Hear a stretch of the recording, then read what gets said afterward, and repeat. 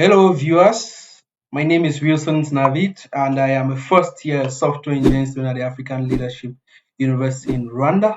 Privileged to be studying under the prestigious MaterCard Foundation Scholarship Program. So, if you're here and you're wondering, what does it take to study for completely free in one of the continent's best universities? Then I can assure you that this video is for you. So, as I move on, I want to advise you grab a pen and a jotter and make sure you jot whatsoever you think is important or useful for you. So stay alert and stay connected.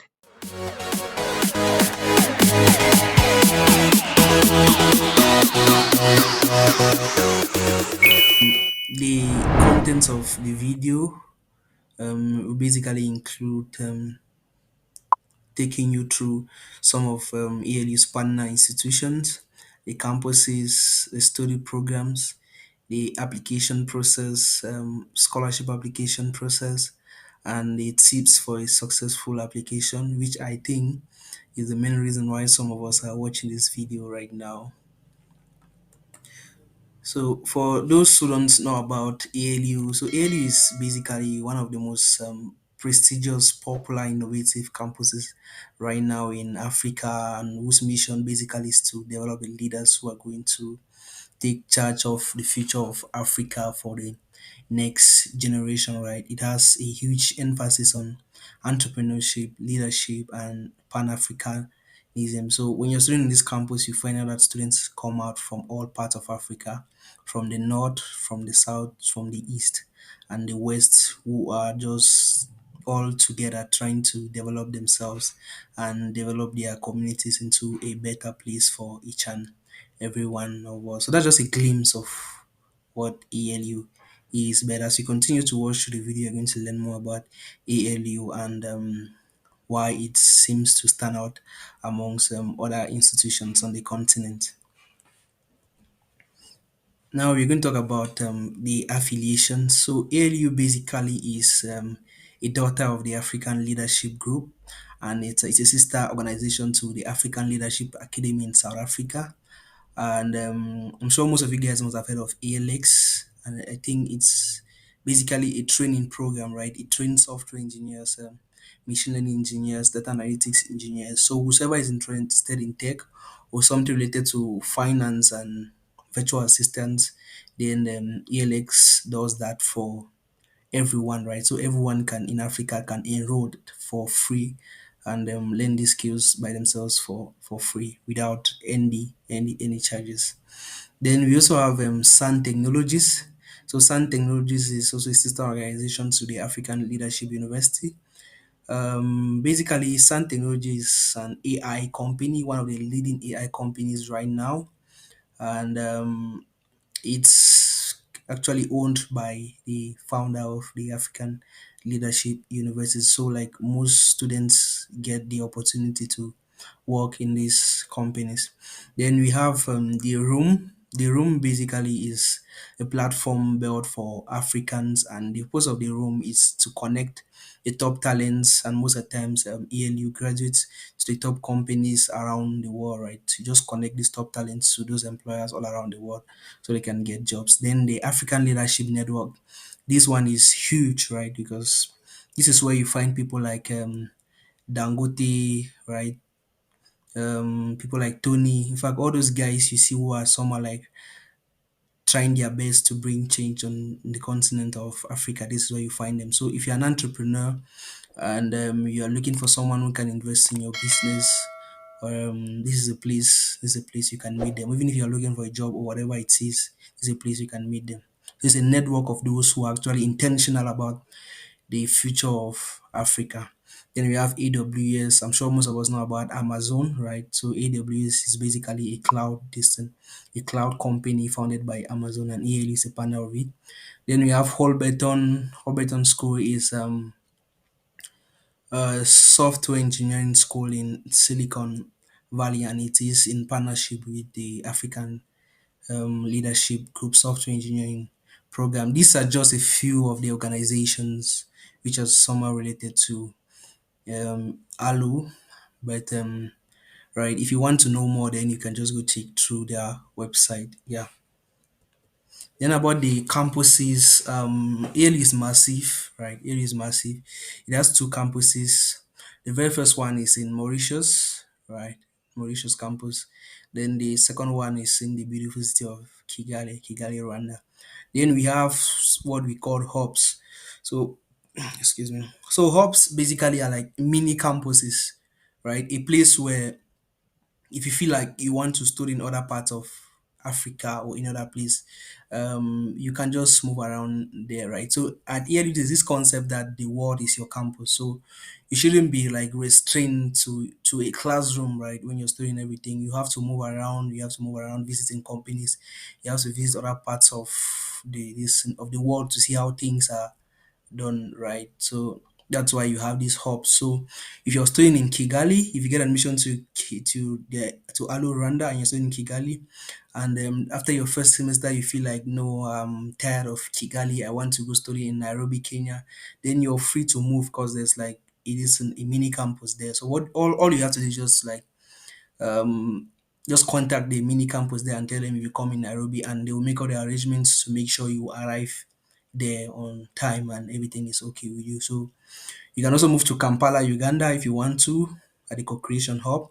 And you can also move to the Ethiopia, right? You can also move to Lagos, Nigeria if you want to.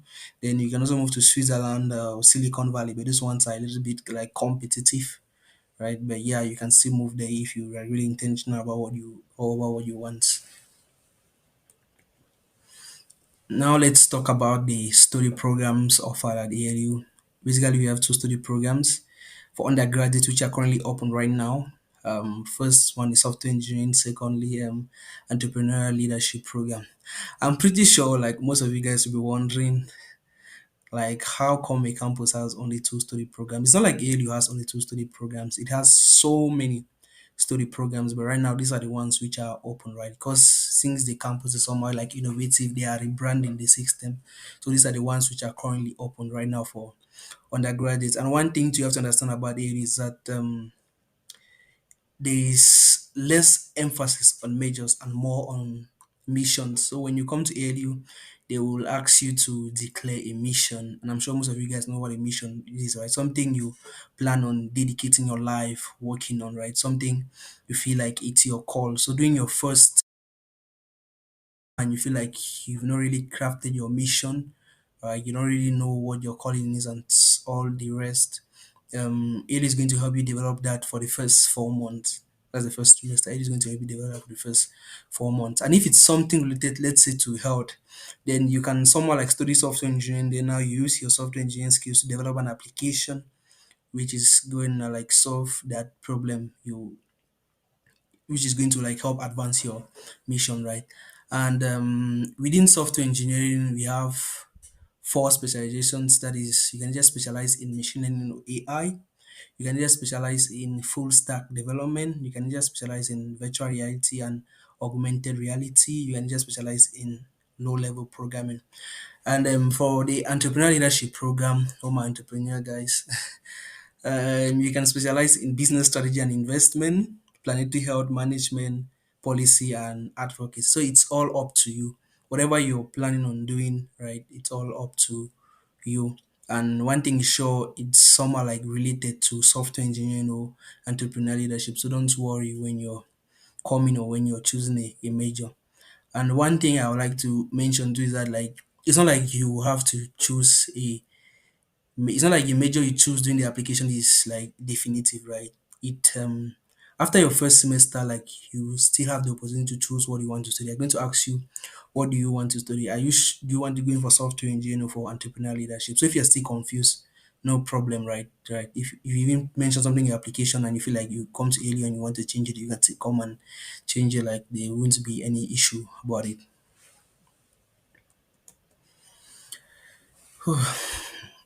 Then now the scholarship opportunities available. We have full scholarships, which is obviously the MaterCard scholarship.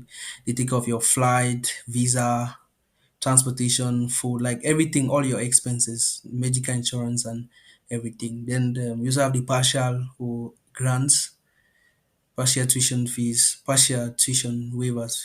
fee waivers, right? Or basically the grants. So these grants at times is like 50% of the tuition fees, and you have to take off every other related expenses. So it all depends on your financial standings, right? Yeah. Um, the application process is made of four stages. Firstly, the registration. You first have to register, and during this period, they'll ask stuff like your name, your email, and all the rest. Then, secondly, is more about yourself. This is a spot where they ask about um, yeah, about stuffs like your high school, right? Just like personal details, and extracurriculars, certifications, community engagements. Yeah, those are things they ask there. Then the third one is a financial application plus a test. This one basically they will ask if you're interested in the full scholarship at ALU.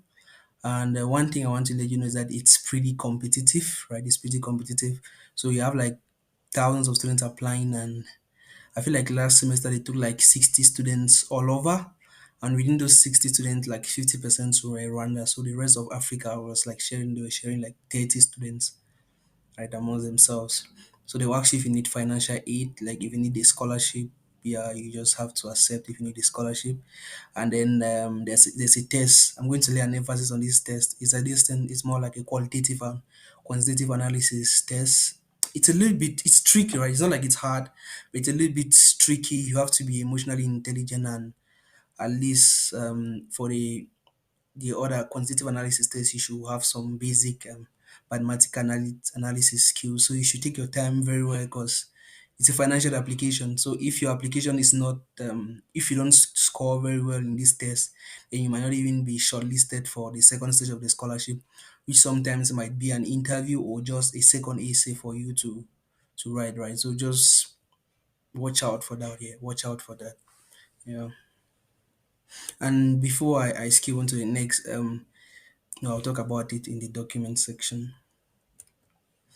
Yeah, for the documents required for applying to ALU and the scholarship as well, we have you have to have your high school transcripts, your ordinary level transcripts, and your A and O level transcripts, your bank statement. If you don't have a bank statement, then you can just write a letter, right? You can ask your dad to write a letter to you. Just write something like, "Oh, I live in this place. We mainly get paid in cash. I really do not keep money in the bank, so I don't have a bank statement. But I assure you that this is the amount of money I made in the last month. If you want to contact me, then feel free to contact, right? We're going to discuss. So just like a letter like that, just tell your dad to write something like that. Then now he can just sign, then you submit as a bank statement for your parents. But if you have a bank statement, good. But if you don't have, just write it. Just tell your dad to write a letter for you or your parents, whoever is your guardian, they should write the letter for you, then they sign, then you submit as a proof of financial need. Then something they're emphasizing on this time around is like the Duolingo English test results. So they expect you to have the Duolingo English test results, right? I feel like if you have it before the application, it's going to be a plus for you, right? Because I know some people who actually got the scholarship, but they couldn't like get a good score in the Duolingo, and they lost the scholarship. So what they're doing is that like you can submit the Duolingo before you can submit the Duolingo test during the application, or you can wait for the scholarship decision to come out, then you submit the Duolingo English test. So it's all all left to you, right? But I feel like if you can have a Duolingo test before, it's going to be good. But if you don't have it, then no problem, right? You can still submit your application, and when you get the scholarship, they will pay the Duolingo for you. Then you do the Duolingo. But if you have the Duolingo, it's still going to be a plus for you. Yeah. So when you have all these documents, just know you're ready to apply for a scholarship. Yeah, and having gone through the application process twice, and I've been able to like craft the what I think are some are like red flags when applying to the scholarship. I'm going to like tell you and guide you on what you should include in the essays, because like the first phase has like one essay which is like 300 words, and if you mess up, then that's all for you. So this section basically I'm going to take you through what you should include in the essay. So just pay attention. If you have a pen, just take your time and jot down some of the things I'm going to say. Or even right now, just screenshot whatever is on the screen and make sure that your the essay you write actually like ticks through all of these key points here. So I'm going to tell you a little bit about my own story. I applied the very first time to ALU. The very first time I applied to ALU, I got admitted, right, but I got a grant, and the grant was like $2,000. And I tell you, I couldn't accept the offer because like Kigali is super expensive. Kigali is super expensive. The tuition fees might not be that much, but Kigali is super expensive. So I rejected the offer, and I had to wait for the next year to reapply. And luckily this time around, I was able to go through. And when I look back, I realized that my very first application was somehow like vague, right? It didn't really make that much sense. Like I couldn't even get an offer with it. So looking at that, these are the things if I were to do the application the very first time I would have included, right? The first one is that you have to craft a personal mission statement or a project aligned with developing Africa, because as you saw in the very beginning, I talked about how ALU is a Pan-Africanist institution, and as you know about application, before you apply to a school, you have to make sure that whatever you're saying, whatever you're writing, right, it aligns with what the school believes in. And the MasterCard scholarship at ELU is actually looking for those guys who are dreaming big. You get the point. Those guys who are dreaming big. Those guys who seem like they already have everything figured and you just need empowerment. Right. So if you find something in your community you want to solve, make sure that today on the essay, to then do what essay you write, right? It talks about that problem. It talks about how the problem relates with you, how personal is the project with you, and how does it align with the school's policies, right? How does it align with developing Africa? Then secondly, it shouldn't just be a project like just a normal project.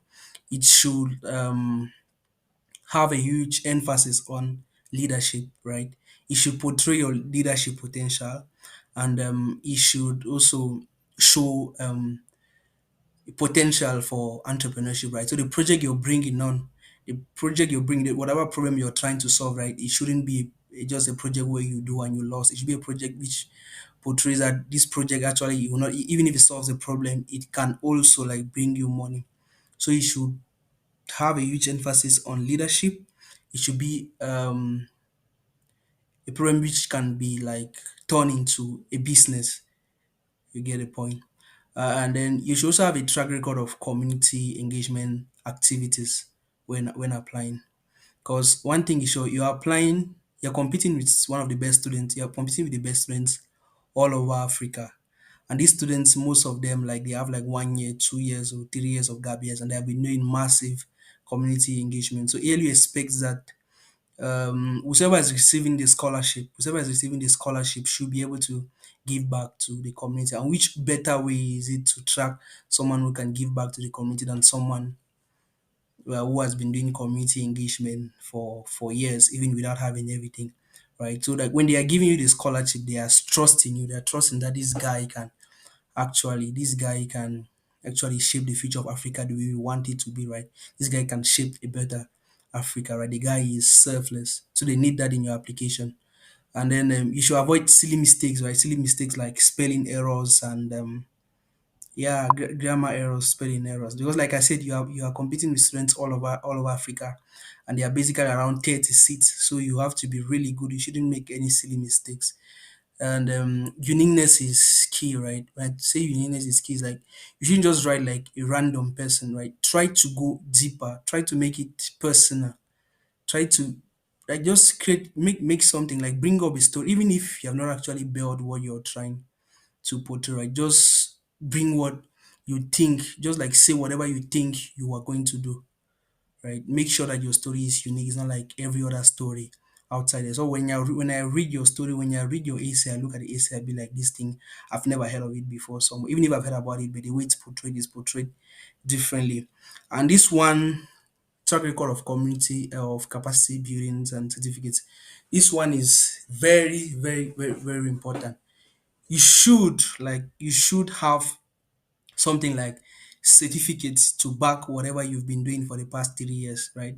You shouldn't just be like, so whatever you're doing right now, just make sure that whatever you're doing right now, you should have certificates to back them. You should attend capacity training programs which like offer you certificates. You should attend leadership programs, and I will recommend basically the Aspire Leaders programs and the KEKT Youth Leadership programs. Those ones are very easy to get. They're not really difficult to get in, but the issues like going through the program might be a little bit difficult, right? Going through till the end. So if you can have both of that, something that has to do with leadership or entrepreneurship, then like you have a huge chance of getting to the school. Then you should practice very well for the artistic test, right? The exam I talked about, the financial. If you make a silly mistake, just this a silly mistake, then you won't even be shortlisted for the scholarship itself. And you should also let them know that you need the scholarship badly. Like I can't even overemphasize on this one. You should let them know that you need a scholarship badly. It's just like ALU is not like these other schools which like only focus on merit, right? They're looking for someone who has a deep passion for change. And within these people, like they know there are so many people in Africa who have like a deep passion for change, right? And some of them who have like this deep passion for change, right? They can still navigate their ways to the top. You get the point, even if AD doesn't help them. So if you really want them to give you this scholarship, you have to let them know that you need this scholarship. Like don't be afraid, like don't be afraid to tell them that you need this scholarship. Just tell them about your family's financial situation and everything. Like you have to let them know you're desperate. I know other scholarship applications like they say you shouldn't be let them know that you're desperate. But right now I'm telling you that if you want to come to ALU, you should look for this. You should make sure that your financial application proves how desperate you are for the scholarship and how driven you are for change. So if your application lacks any of these, like I told you, there are like 30 seats. If your application lacks any of these, then um, you might not be able to get in. So just take your time when you're writing the 300 words essay. Just take your time, take a pen, and make sure you tick if any of these points I've mentioned here are actually like included in the essay, right? Go through your application and see if any of these points here actually have been checked. If all the points have been checked, then I promise you like you have a higher chance of getting into getting into the school. So that's it. I just want to wish each and every one of you like good luck with the application, and I will be like more than glad to welcome you all at ALU, and most importantly in the beautiful city of Kigali. I promise you, Kigali is a very beautiful place, and if you're here, like you're going to enjoy it. You have conferences like every day. You have visiting professors from like Stanford, New York University. They visit your campus like every day. Like it becomes even normal for you, right? It becomes very normal for you. Like so, um, if you just put in the work in this application, then I promise you you're going to get in right. If you put in the work, like I said, make sure that all the points I mentioned here are checked. Then I'm pretty sure you'll be able to get in. So if you have any question, like do not hesitate to reach out to me, right? Do not hesitate to reach out to me, and or any other one in the UrEvo team, like they'll be happily willing, right? They'll be happily and willing to help you go through it. So that is it, and thank you so much, thank you so much for listening to me, and I wish that we get to meet, right? We get to meet at ELU. Good luck, everyone.